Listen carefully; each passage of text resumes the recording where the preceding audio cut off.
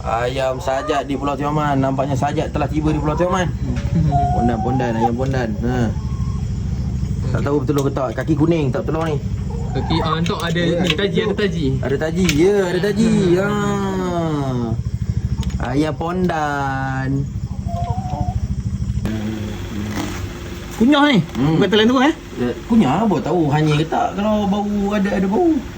Tengok elok putih makan. Bismillah. Tadi kat daging tadi kosong ah. Manis eh? Daging kosong. Beli daging. Mana? Tak ada bayar ah. Tak ada bayar, tak ada bayar. Okey, bagi cik Rahim masa. Betul tu. Satu je lah. Semua yang sini ni. Tak, yang ni 2 biji ni kami bawa. Ayam Malaysia. Bawa lagi je kadir. Rasa sendiri cik Rahim. Rasa telur kuning.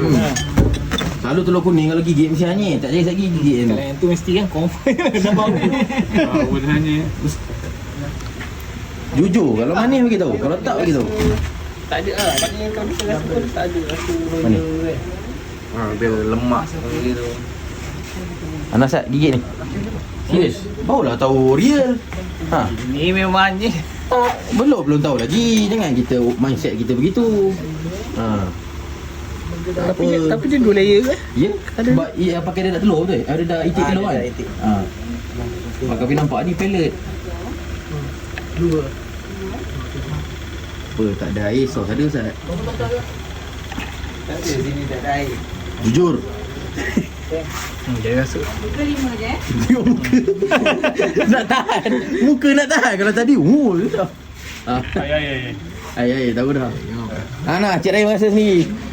Tengok